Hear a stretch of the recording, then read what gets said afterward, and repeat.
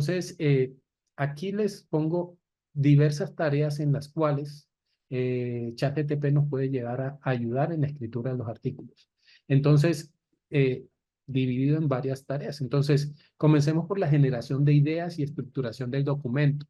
Cuando todavía no tenemos un documento completo, lo más recomendable es que seamos capaces de hacer una estructura, lograr que tengamos en la mente de qué es lo que queremos escribir, cuál es el componente que queremos nosotros expresar en nuestra introducción sobre todo y en la discusión. Entonces esos son los temas donde digamos que requerimos tener ya de antemano una idea de cuál es la estructura y como ven ustedes, la contextualización del tema, la identificación de la brecha del conocimiento, los objetivos y propósitos del estudio suele ser la estructura que habitualmente tiene una introducción. Entonces, si somos capaces de darle la instrucción por cada uno de estos componentes de la introducción, la cosa va a ir fluyendo. Lo mismo en la discusión con la interpretación de resultados, comparación con estudios previos, implicaciones prácticas y teóricas, limitaciones y sugerencias para futuras investigaciones, es por lo general los componentes, ¿sí? Digamos que las limitaciones y fortalezas podría ser otro tema que se podrían añadir acá. Y vemos cómo la metodología, los resultados y las mismas conclusiones siguen una estructura. Y si vamos llevando en cada uno de estos pasos la realización de la interacción con ChatGPT, vamos a lograr unos resultados bastante buenos, que es la mejor forma de sacarle provecho. Entonces, esa estructura para las secciones del artículo hace parte de la planeación. Y esa estructura con un tema específico para cada componente de la estructura potencia esto. Además de esto, también nos ayuda en la redacción de secciones específicas, como vemos la parte de borradores de la metodología, borradores de la discusión, de la primera frase para una introducción que contenga tal tema. También cuando estamos haciendo la revisión de la literatura, podemos ir generando resúmenes de diferentes artículos que más adelante van a ser los que vamos a referenciar en alguno de los componentes del artículo que vamos a tener.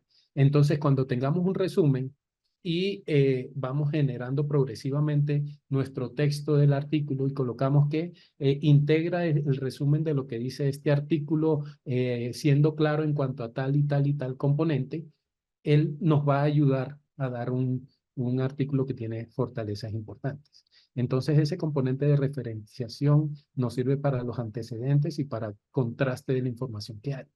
Además, pues la creación del contenido para materiales y métodos nos puede llegar a sugerir descripciones que por lo general siguen un formato estándar. Entonces, en cuanto a la descripción de esa metodología, hay que ser claro que nos va a dar un boceto y que debemos nosotros necesariamente ajustar a nuestro tema particular.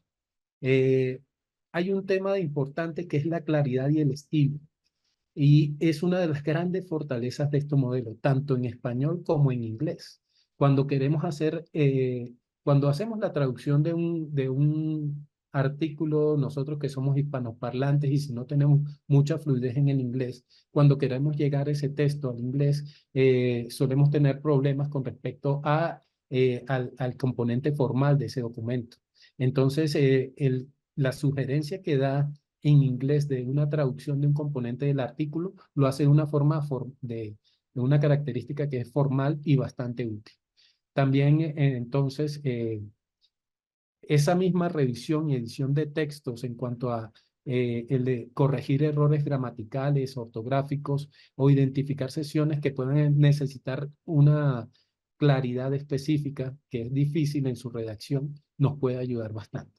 La generación de resúmenes y abstract, como se dieron cuenta, ustedes fueron uno de los temas que primero se comenzaron a probar y hay que tener en cuenta que nosotros podemos tener ya el artículo escrito, se lo pasamos a ChatGPT, pero la calidad de ese abstract todavía requiere una afinación y necesita de la mano del humano, de nosotros, del investigador, para hacerlo mucho más formal y que tenga los componentes necesarios. Así es que miren cómo esa es una tarea importante dentro del resumen.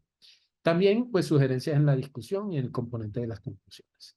Entonces, vemos cómo al utilizar en la asistencia de la escritura de estos artículos, debemos trabajar cada sesión guiando a ChatGPT con instrucciones que sean específicas y claras acerca de un componente puntual. Debemos irlo llevando de la mano. Él nos puede ayudar, pero no nos va a suplir. Eh, También, pues, si solicitamos el resumen de componentes específicos para referencia o inclusión de un artículo, nos va a ayudar a potenciar el trabajo. Sobre todo si le damos un formato preestablecido a la frase. Entonces, si le decimos del artículo de investigación que aporto, dígame cuáles son los SPON, cuáles son el resultado principal con sus respectivos datos numéricos, intervalos de confianza y la comparación frente a lo que se tenía previamente. Entonces, ese párrafo, ese o frase que salga de ahí puede ser de mucha utilidad para la discusión. Hay que tener en cuenta que tiene limitaciones importantes con respecto a las descripciones numéricas y el análisis detallado de los datos. Entonces, en este componente sí es preferible por ahora que nosotros nos apersonemos de ese componente. Entonces, los resultados, la forma como se describa y los datos de cuáles son los resultados, quizás todavía es un tema por trabajar con respecto a esta herramienta y debemos ser muy incisivos en este componente, ¿sí? Entonces, en cuanto a la sección de la discusión, lo que habíamos dicho, contrastar los resultados con estudios previos, enfatizando la importancia de generar una discusión crítica basada en la evidencia. Y eso hace que nosotros le damos específicamente cuál fue nuestro resultado para hacer ese contraste. Bueno, entonces, hay que tener en cuenta también que una vez terminado el documento, no debemos dejarlo solamente ahí, sino que de todas maneras lo que hacemos en nuestro día a día de la escritura de artículos, de pasarlos a otras personas, otros coinvestigadores o nuestros instructores, la persona que tenga un conocimiento del tema, nos va a seguir siendo necesario. Y también, pues, obviamente es necesario nutrir el conocimiento previo sobre la base de estos expertos. Entonces, hoy por hoy, este tema del investigador principal y el trabajar en coordinación con otros sigue siendo un tema central. Entonces, aquí les quería mostrar ciertas interacciones, ciertos ejemplos de cómo le podemos dar instrucciones y los resultados que nos pueden dar. Entonces, miren acá cómo le doy una serie de instrucciones. Se escribe un párrafo en el que se escriba la base de datos con los contenidos, y él me da una propuesta, hay que ser claros en eso, es una propuesta de cómo podría quedar ese párrafo. Lo mismo, miren acá, esta es una fórmula para calcular una escala de riesgo. Entonces yo le pido que, tomando ese dato, escriba una fase que explique muy brevemente las variables y su cálculo. Miren ustedes cómo habla aquí que el COVID-GRAM calcula el riesgo de COVID severo a través de tales y tales y tales variables. Entonces miren ustedes que si damos explicaciones muy claras con con una instrucción bastante clara también, él va a ser capaz de darnos resultados bastante buenos. Entonces esto tenemos que hacerlo nosotros, tenemos que ser nosotros los que es lo que se busca.